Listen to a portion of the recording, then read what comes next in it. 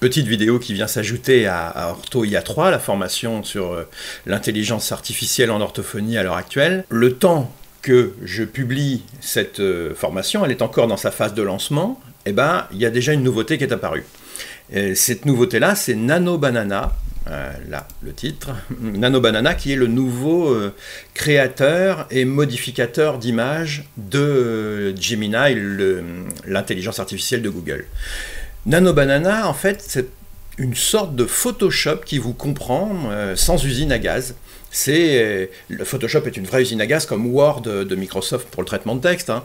Vous le savez, c'est un truc vraiment pro. Moi, j'utilise Photoshop tous les jours pour mon activité photo, mais je pense que j'en utilise 10%, tellement c'est gigantesque. Là, vous avez un truc complètement intuitif, auquel vous pouvez parler en français. En anglais, c'est un peu mieux, mais bon, déjà, il comprend le français quand même. Et du coup, vous pouvez faire des choses que vous ne pouviez pas faire du tout en n'ayant pas un outil comme Photoshop avant. C'est extraordinaire, c'est le mot que j'utilise je ne sais pas combien de fois dans cette formation Ortho IA3. C'est quelque chose d'assez spectaculaire, vous allez voir. Donc, Gemini a maintenant un module de création et de modification d'images. Création, il l'avait déjà. Hein. On pouvait déjà faire des belles images. Là, sur cette année 2025, ça avait énormément progressé sur la création d'images. Il y a un an, c'était nul. Je crois même que c'était pas possible. Et au moment où je vous parle, là, on a des choses. Vous allez voir la qualité.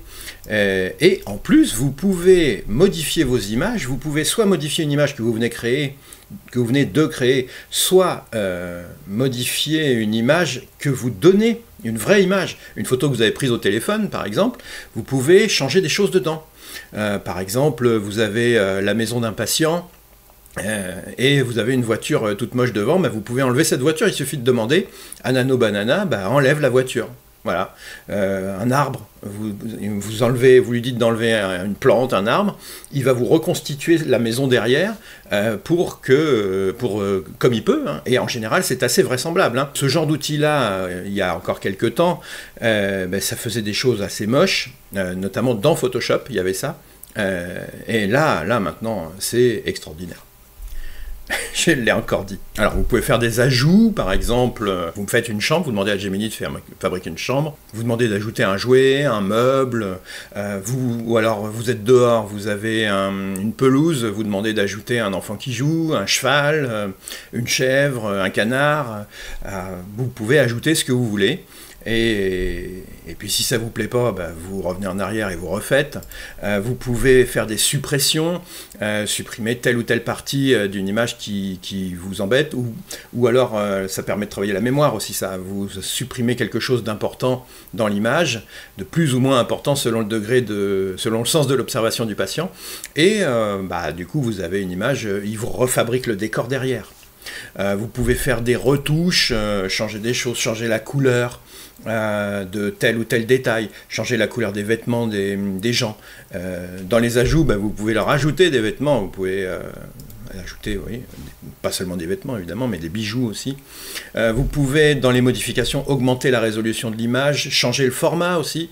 Je ne l'ai pas mis, mais vous pouvez le faire. Vous pouvez changer le format. Si la photo est verticale, vous pouvez dire non, mais moi je voudrais une photo horizontale ou carrée. Un point très important, et c'est pour ça que je l'ai mis en majuscule, c'est la consistance. Nano Banana vous permet de modifier des choses sans que les gens changent en fait, sans que tel ou tel détail change. Ça pour l'instant ChatGPT ne peut pas le faire. ChatGPT va progressivement, c'est un peu comme le téléphone arabe, il va progressivement vous modifier les choses. Si vous faites une série d'images, vous pouvez mettre votre tête par exemple, vous allez voir progressivement votre visage va changer quand vous allez faire d'autres images. Si vous faites 5 images de suite avec votre tête dans la même page, et que vous lui dites maintenant mets-moi sur un vélo, maintenant mets-moi sur un cheval, à la fin, votre visage, vous vous reconnaîtrez même plus.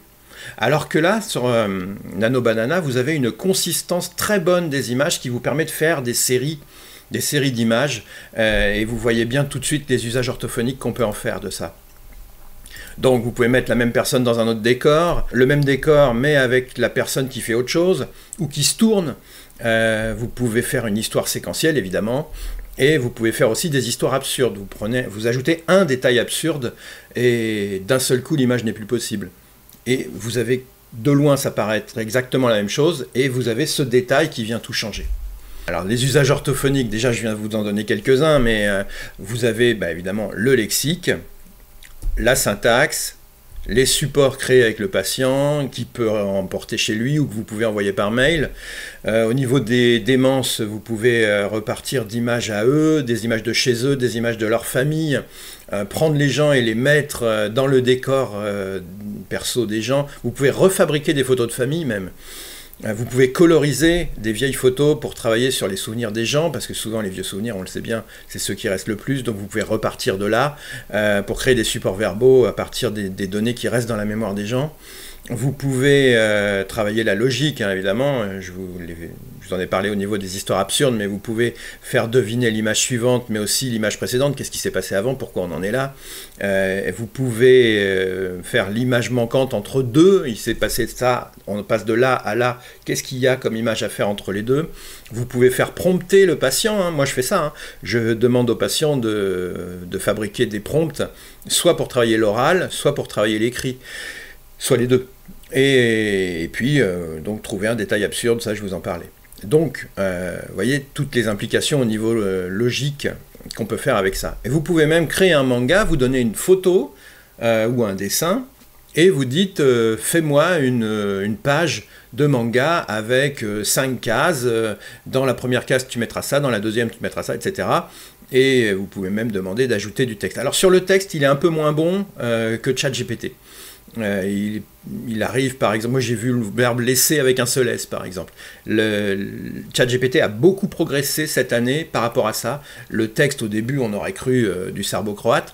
Maintenant, on est sur des choses beaucoup mieux dans ChatGPT. On est approchant dans Gemini, mais pas aussi bon. Donc vous pouvez aussi fabriquer l'image, les bulles, tout, avec Nano Banana, et ensuite transférer dans ChatGPT en disant dans telle image, tu ajoutes ça comme texte, ou le faire directement vous-même, hein, avec un logiciel de retouche, d'ajouter le texte vous-même. Ou alors imprimer le truc vierge et vous en servir pour que l'enfant écrive dans les cases, dans les bulles, ce qu'il y a. Vous voyez, les implications, c'est énorme. Je vous ai donné quelques exemples, mais c'est gigantesque, hein. Comment accéder à ça? Il y a deux possibilités. Soit vous payez Gemini, et à ce moment-là, vous vous retrouvez avec ce genre de décor. Voilà. Donc c'est le décor habituel de Gemini. Là, je suis en version pro, c'est marqué là. C'est marqué là aussi. Et là, demandez à Gemini, et là, vous avez une banane. Donc vous dites une image, et vous faites votre prompt là. Ça, c'est la première hypothèse. Je vais vous montrer, évidemment, je vais vous faire des démos, hein. Soit vous passez, pour ne pas payer, dans Google AI Studio. Je vous ai mis le lien, hein, dans la mind map. Google AI Studio qui fait la même chose, mais gratuitement, en fait. Pour l'instant, je ne sais pas si ça va durer, mais pour l'instant, ils mettent le modèle qui est là. Il faut utiliser Nano Banana, Gemini 2.5 Flash Image Preview. Donc c'est une preview, donc il est possible que ça ne dure pas, à voir. Pour l'instant ça marche et ça vous permet d'utiliser ça sans payer la version pro. Petite combine que j'ai trouvée sur YouTube. Je replie ça. Alors, donc créer une image, on va faire ça, on va créer une image, on va modifier une image et on va restaurer ou coloriser une image. Voilà. Puis après, je vous expliquerai comment bien prompter si un prompt basique ne fonctionne pas, si ça ne donne pas exactement ce que vous voulez. Vous pouvez faire des prompts nickel, pro, et je vais vous montrer comment faire. Donc pour l'instant, créer une image, alors je l'ai fait avant, hein, pour gagner le temps de création. En général, le temps de création, c'est une dizaine de secondes. C'est plus rapide que ChatGPT. Je lui ai demandé, fais une photo ultra réaliste d'une chambre de fille avec le plus d'objets possible. C'est une photo que j'ai utilisée en séance, hein, avec une enfant. Le plus possible d'objets par terre, sur les murs, et sur le lit, et sur le bureau, voilà. Voilà, j'ai créé cette image-là. Alors là, il y avait de quoi travailler la dénomination, hein, orale ou écrite. Et vous voyez la qualité de l'image, vraiment, vraiment pas mal. C'est vraiment une belle chambre, si on peut dire. Une belle chambre en désordre. Et donc avec ça, on a travaillé la dénomination écrite, hein. Et chacun son tour, on disait un mot et on l'écrivait. tout bêtement. Le but, c'était de travailler sur comment se débrouiller pour écrire un mot qu'on ne connaît pas. Et il ne fallait pas fuir les mots que... L'enfant ne devait pas fuir les mots qu'elle ne connaissait pas et n'écrire que du connu, évidemment. Bon, c'est vraiment chargé, hein, la preuve, il y a 3 ordinateurs, un là et un là. Il a vraiment respecté le prompt, il a complètement chargé l'image. Donc ça, c'est donc créer une image. Modifier une image. Alors là, je vous en ai montré 3. Voilà. Ça, c'est une photo à moi, que j'ai prise à Paluel, pas loin de la centrale nucléaire de Paluel. On se croirait en pleine nature, mais en fait, il y a une énorme centrale nucléaire sur la droite. Et puis, je vais passer par là, j'ai mis juste, remplace les pierres de cette plage par du sable. Donc on a exactement les mêmes nuages, sauf que là, c'est une plage de sable. Il a adapté les vagues, et donc il a mis une plage de sable. J'aurais pu lui demander que le sable soit plus mouillé, j'aurais pu lui demander d'enlever cette tache là, j'aurais pu lui demander de mettre un peu plus de vagues, un peu moins de vagues, d'ajouter tel ou tel détail. Ouais, mais là j'ai juste demandé, tu remplaces les galets par du sable. Il a même fait ici les reflets classiques d'une plage de sable, l'endroit où le sable est tellement trempé que les vagues ou les nuages s'y reflètent. Je lui avais pas demandé. Alors, vous voyez ce petit logo là, ça veut dire que c'est fait par l'IA. Donc ça permet, si vous le voyez, d'être sûr que c'est une image faite par l'IA. Vous ne pouvez pas demander à Gemini de l'enlever, par contre vous pouvez l'enlever avec Photoshop évidemment. Ou autre logiciel de retouche. Je repasse dans la mind map. Deuxième modif. Voilà, ça c'est une photo de drone que j'ai prise à quelques kilomètres de chez moi. Et donc, je lui ai demandé, retire le blocos, tout bêtement. Vous voyez? Hop, voilà. Avec Photoshop, il aurait fallu que j'entoure le blocos et que je fasse générer par l'IA de Photoshop, sans rien dire, c'est pas obligé de mettre un prompt, sans rien dire, et il l'aurait fait. Il aurait fait à peu près le même résultat, mais donc vous pouvez le faire gratuitement sans Photoshop. Voilà, la pelouse, le passage des Allemands a été effacé. Donc vous voyez les choses que vous pouvez faire avec ça, hein, avec un patient, adulte ou enfant. Alors là, je lui ai apporté une composition de 2 photos. Et je lui ai apporté 2 photos, il suffit de les faire glisser ici. Vous avez vos photos dans votre répertoire, vous les faites glisser ici, et puis vous lui dites ce que vous voulez en faire. Donc là j'ai mis, place l'enfant et la cuvette de la deuxième image au premier plan de la première image sur la mer, la cuvette doit flotter sur l'eau. Et voilà. Donc là, ici, vous avez une photo de moi en 1972 dans une cuvette. C'était dans un jardin chez mon oncle, c'est lui qui m'a pris en photo. Et ici, vous avez une photo que j'ai prise dimanche dernier avec mon fils, là, qui a plus de 20 ans, ici, là, on le voit à peine, et moi qui ai 2 ans. Et donc, j'ai combiné les deux. Et vous voyez ce qu'il a fait, là? Il a mis des ondes dans l'eau. Voilà. On aurait pu améliorer les choses en lui disant de changer la lumière sur ma tête, parce que c'est pas logique, il y a des reflets alors qu'il n'y a pas de soleil. Donc on peut peaufiner le truc après, hein. Mais vraiment, c'est déjà pas mal. C'est déjà utilisable en séance de toute façon. Maintenant, restaurer et ou coloriser une image. Là, je lui ai donné une photo faite par mon oncle, le même oncle, hein, en 1950. En Norvège, c'était son premier grand voyage en Europe, en 1950, il avait 21 ans, et donc il a pris des Norvégiens, pas loin du Cap Nord, il est allé jusqu'au Cap Nord. Et donc là j'ai demandé, restaure cette photo, première étape, restaure. Je préfère faire par étapes, parce que si vous demandez trop de trucs à la fois, ben, il va se tromper, ou il va oublier un truc, ou il va changer un truc qu'il fallait pas, il vaut mieux une grosse tâche la faire à part. Donc là, on a cette photo-là, et qui est nettement mieux que la précédente. Hein. Non, ça marche pas, ça. Je vous rappelle, voilà, il y avait plein de petites taches, là, il y avait des rayures, ça c'est une poussière. Et donc, étape suivante, je lui ai demandé de coloriser la photo. Voilà. Alors, il y avait déjà un module colorisé dans Photoshop.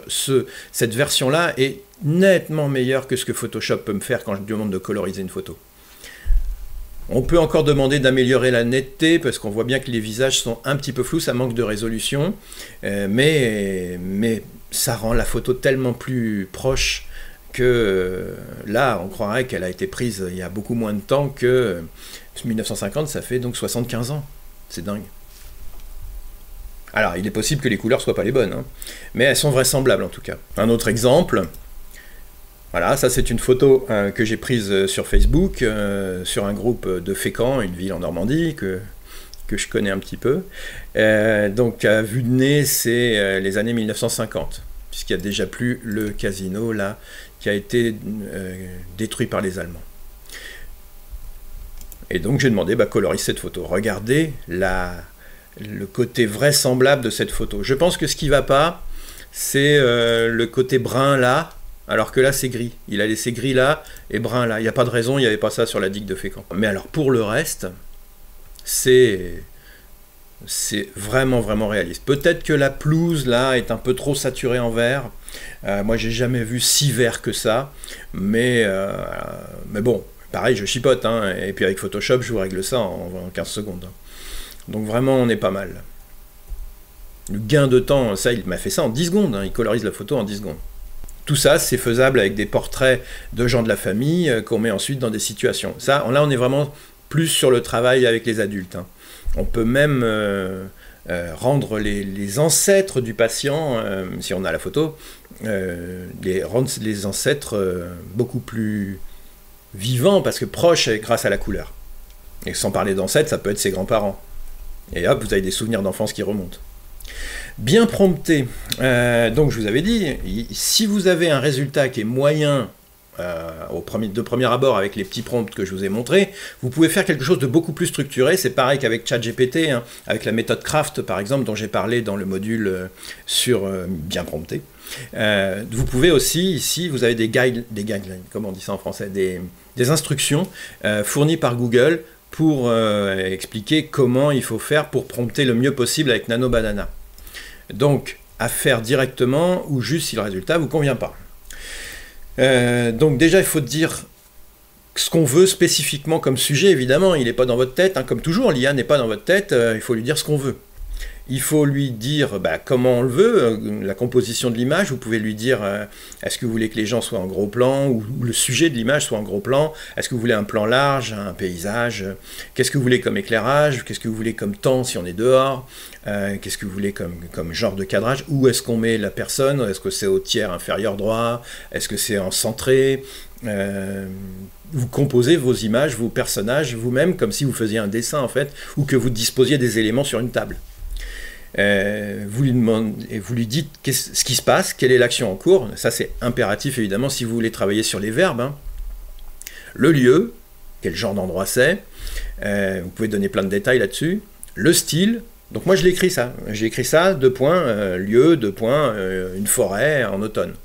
Le style, animation 3D, dessin au crayon, ultra réaliste.